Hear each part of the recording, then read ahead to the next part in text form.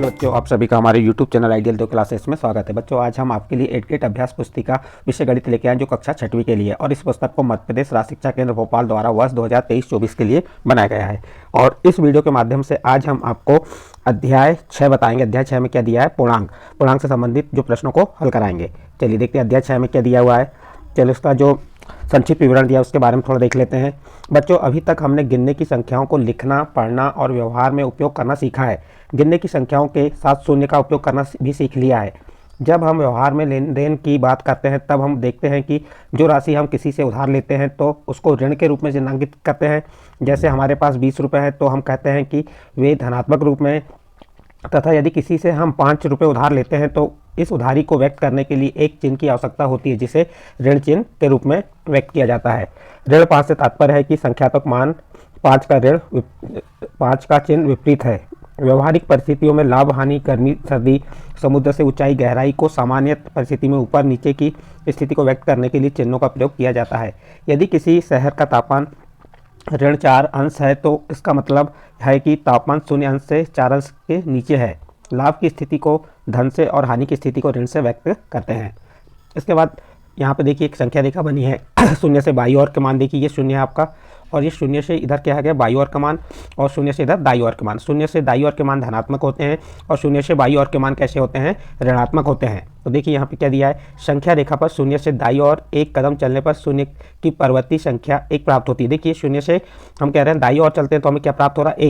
1 प्राप्त हुआ। तो ये 1 क्या हो गया आपका? परिवर्ती यानी 1 अधिक। तो 0 की परिवर्ती संख्या 1 प्राप्त होती है। 1 से 1 कदम और आगे चलने पर परिवर्ती संख्या कौन सी प्राप्त होगी? इससे 1 से हम फिर आगे चलेंगे तो परिवर्ती संख्या कौन सी प्राप्त हो गई? 2। इस प्रकार 0 से दाई ओर चलते जाए तो सभी संख्याएं धनात्मक रूप से प्राप्त होती हैं।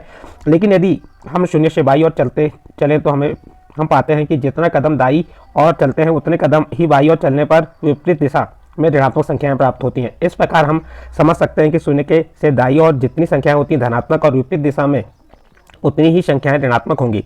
इस प्रकार हमें संख्याओं का एक संग्रह इस प्रकार प्राप्त होता है। इन पूर्णांकों का संग्रह कहते हैं। और जो हमें ये संग्रह प्राप्त हुआ 0 के दाई ओर धनात्मक संख्या और 0 के बाई ओर ऋणात्मक संख्या, और 0 को लेकर क्या प्राप्त हो गई? हमें पूर्णांक संख्या प्राप्त हो गई। तो ये क्या होंगी आपकी पूर्णांक संख्या?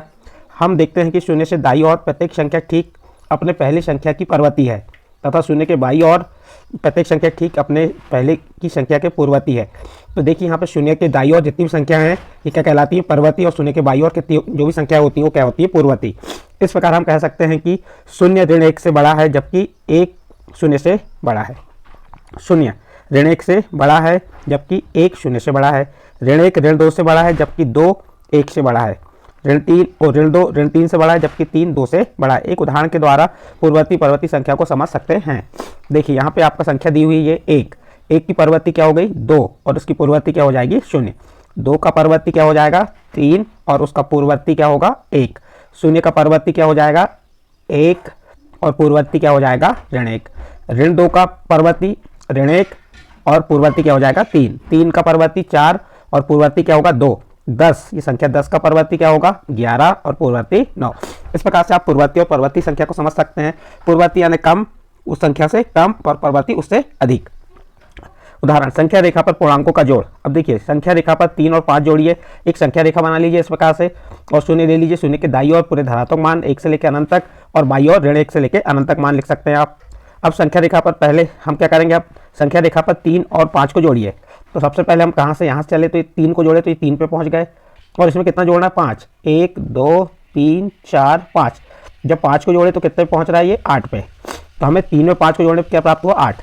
संख्या रेखा पर पहले हम 0 से प्रारंभ करके 0 से दाई ओर 3 कदम चले। देखिए 0 से कितना चले? 3 कदम चल लिए और 3 पर पहुँचे। फिर 3 से के बाद 3 के दाई ओर 5 कदम चलते हैं। अब इस 3 से दाई ओर कितने कदम चलेंगे? 1 2 3 4 5 कदम चलते हैं और 8 पहुँचते हैं। इस प्रकार 3 धन 5 बराबर 8 प्राप्त होगा। इसी प्रकार संख्या रेखा पर ऋण 3 और ऋण 5 को जोड़िए। अब ऋण 3 में ऋण 5 को जोड़ना है हमें। तो अब देखते हैं हम यहाँ पे ये संख्या रेखा देख लीजिए बनी हुई है। अब हमें क्या करना है? अब ऋणात्मक मान है तो संख्या रेखा पर पहले हम 0 से प्रारंभ करेंगे। यहाँ 0 से प्रारंभ करेंगे, 0 से प्रारंभ करके 0 के बाई ओर इस साइड चलेंगे हम। बाई ओर 3 कदम चले, 1 2, तो क्या प्राप्त हुआ? ऋण 3 प्राप्त हुआ। फिर ऋण 3 पर पहुँचते हैं, फिर ऋण 3 के बाई ओर 5 कदम चलेंगे, 1 2 3 4 5 कदम चलने पे कितने पहुंचते हैं, ऋण 8 पे पहुंचते हैं। तो इस प्रकार ऋण 3 और ऋण 5 को हम जोड़ेंगे तो क्या प्राप्त होगा हमको, ऋण 8।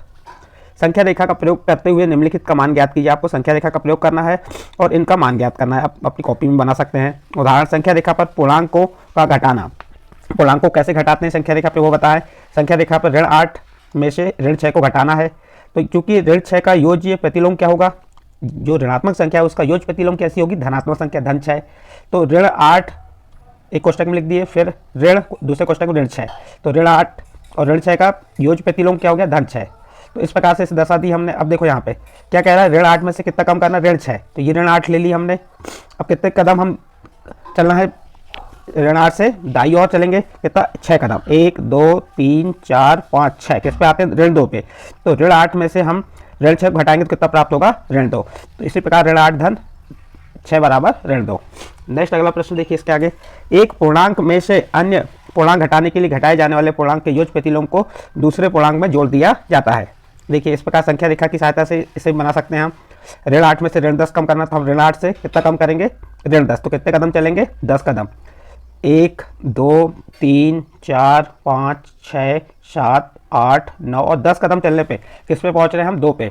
तो ये क्या होगा, ऋण 8 में से ऋण 10 को कम करेंगे तो हमें क्या प्राप्त होगा, धन 2 प्राप्त होगा। क्या प्राप्त होगा, धन 2। या हम इसे ऐसे भी हल कर सकते हैं। देखिए कैसे, ये ऋण 8 लिख दिया हमने, क्या लिख दिया यहाँ पे, ऋण 8 में क्या देखेंगे आप, ऋण 10 का योज्य प्रतिलोम क्या होगा, धन 10। तो ये क्या हो जाएगा, ऋण 8 धन 10, ऋण 8 धन 10 हो जाएगा। तो अब क्या करेंगे, धन 10 में से 8 घटा दीजिए। धन 10 में से 8 घटाएंगे कितना प्राप्त होगा आपको, कितना प्राप्त हो जाएगा, 2 प्राप्त हो जाएगा। इसी प्रकार 2 नंबर के प्रश्न को आप हल कर सकते हैं। 2 नंबर के प्रश्न में क्या दिया है, ऋण 10 में से ऋण 4। तो संख्या रेखा बना लीजिए और सुनिए कि ये हमने बाई ओर पूरे ऋणात्मक मान ले ली, क्योंकि यहाँ पे ऋणात्मक मान ही है।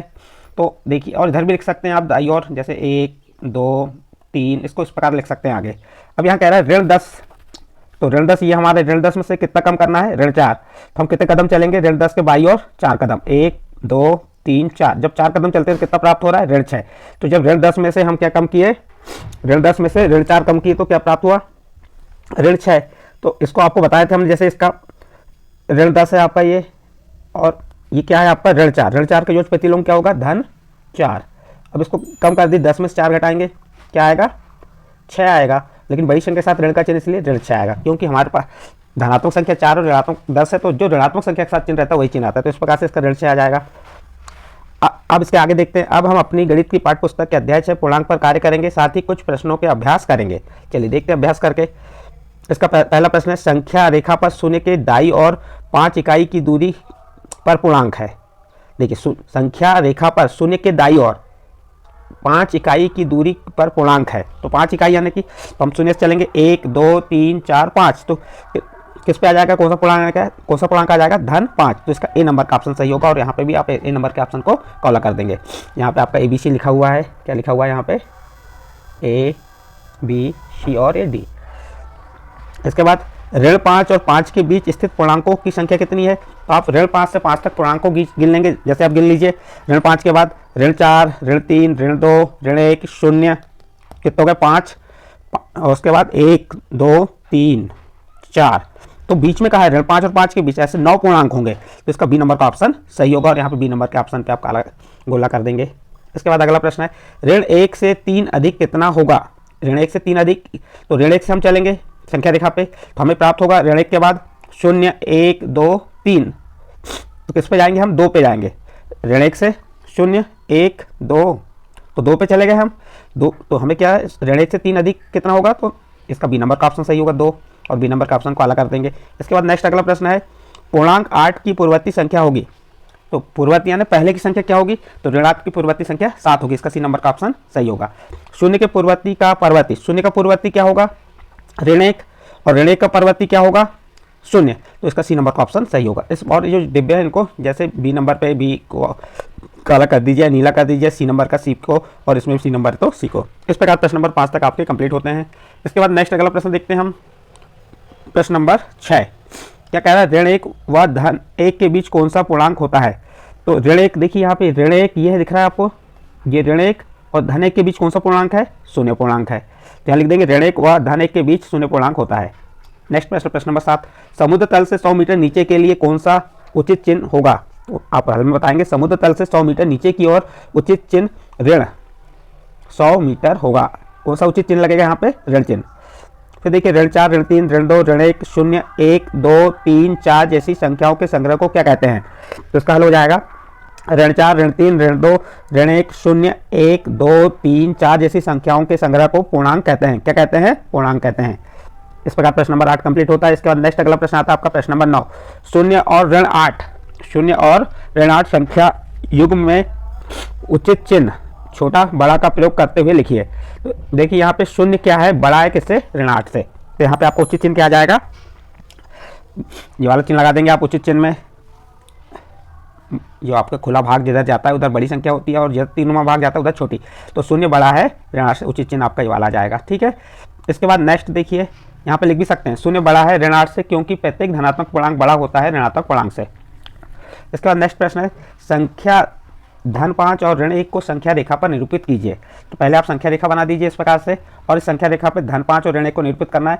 तो 0 लिख दीजिए, 0 के दाईं ओर धनात्मक मान 1, 2, 3, 4, 5, 6, 7, 8 तक ले लेंगे, और 0 के बाईं ओर कौन से मान आएंगे? ऋणात्मक मान। और जितने मानों की आवश्यकता है उतने मान आपको लिखना पड़ेगा। अब देखिए यहाँ कह रहा है धन 5 को, तो धन 5 के लिए हमको 0 के किधर जाना पड़ेगा? दाईं ओर, क्योंकि धनात्मक मान किधर होते हैं? दाईं ओर। तो ये हमने धन 5 को दर्शा दिए। इसी प्रकार क्या कह रहा है? ऋण 1 को, तो 0 के बाईं ओर जाएंगे, तो ये ऋण 1 को दर्शा दिए। यहाँ ए धन 5, ए बराबर 5 और बी बराबर ऋण 1 संख्या रेखा पर निरूपित किया गया है। तो आप इसको नाम दे सकते हैं। इसे नाम दे दिए हमने ए और इसको नाम दे दिए बी। इस प्रकार से आप ए बराबर 5 और बी बराबर ऋण 1 संख्या रेखा पर निरूपित किया जा गया है। इसका प्रश्न नंबर 11 देखिए, अ नंबर ऋण 1 धन कोष्टक में ऋण 1 दिया है, फिर धन दूसरे कोष्टक में धन 8 का मान ज्ञात कीजिए।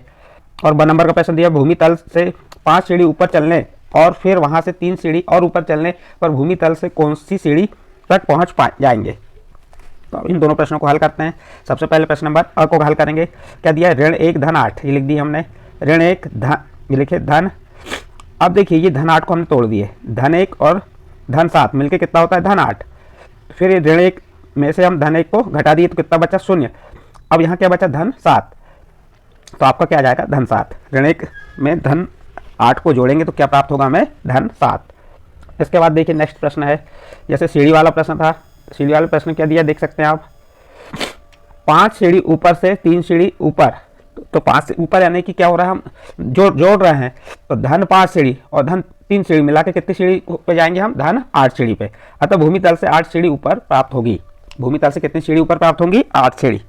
इस प्रकार आपका प्रश्न नंबर कौन सा कंप्लीट हुआ? ये प्रश्न नंबर ब कंप्लीट हुआ। इसके बाद नेक्स्ट अगला प्रश्न देखते हैं हम, प्रश्न नंबर 12, संख्या रेखा की सहायता से ऋण 2 कोष्टक में, बड़े कोष्टक में दिया है, फिर छोटे कोष्टक में दिया ऋण 2 धन 8 का मान ज्ञात कीजिए। देखिए यहाँ पे पहले संख्या रेखा बना लीजिए इस प्रकार से। यहाँ 0 लिख दीजिए, 0 के दाईं ओर पूरे धनात्मक मान 1, 2, 3, 4, 5, 6, 7, 8, 9, 10 इधर अनंत तक जाते जाएंगे, और 0 के बाईं ओर ऋणात्मक मान ऋण 1, ऋण 2, ऋण 3, ऋण 4, ऋण 5। ये हो गए आपके। अब क्या कह रहा है इसमें? ऋण 2, ऋण 2 कैसे होगा? तो आप 0 से बाईं ओर चाहेंगे कितना? ऋण 2। ये ऋण 2 पे आ गए। फिर कह रहा है ऋण 2 में कितना प्लस करना है, कितना जोड़ना है? 8। तो अब ऋण 2 से दाईं ओर कितना चलेंगे हम? 8। 1, 2, 3, 4, 5, 6, 7, 8। 8 चलने पे किस पे पहुंच रहे हैं हम? 6 पे।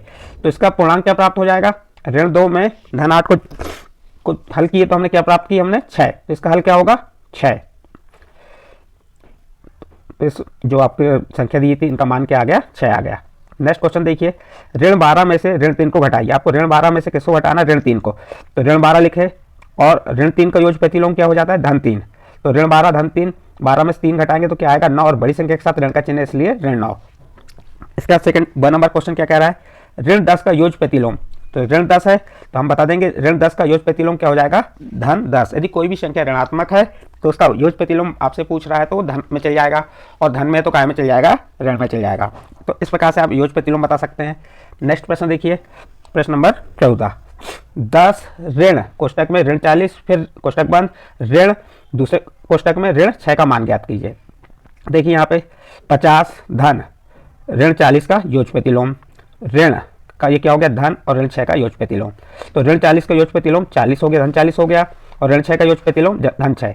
40 में ये 50 में 40 को जोड़ दीजिए, 90 हो गया, 90 में 6 जोड़े 96।